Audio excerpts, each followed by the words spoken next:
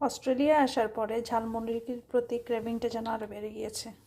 যাই হোক, ঝালমুড়ি বানাচ্ছি। এখানে একটু মাংসের ঝোল ছিল, কেটে নিয়েছি টমেটো, তারপরে শসা, পেঁয়াজ, পেঁয়াজ পাতা, কাঁচামরিচ। এখন দিয়ে দিচ্ছি একটু লবণ। যদিও মুড়িতে লবণ থাকে, কিন্তু যেহেতু অনেকগুলো আমার কাছে সালাদ দিয়ে খেতে ভালোই লাগে, তাই দিয়ে দিচ্ছি একটু লবণ।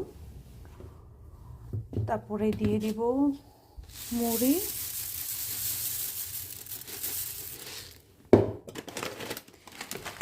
দিয়ে দিচ্ছি চানাচুর,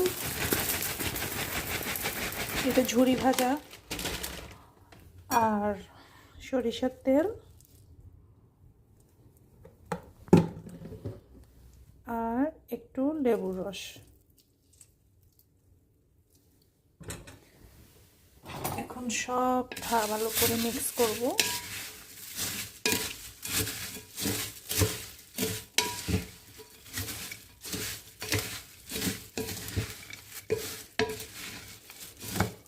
বাংলাদেশে ঝালমুড়ি এত পছন্দ ছিল,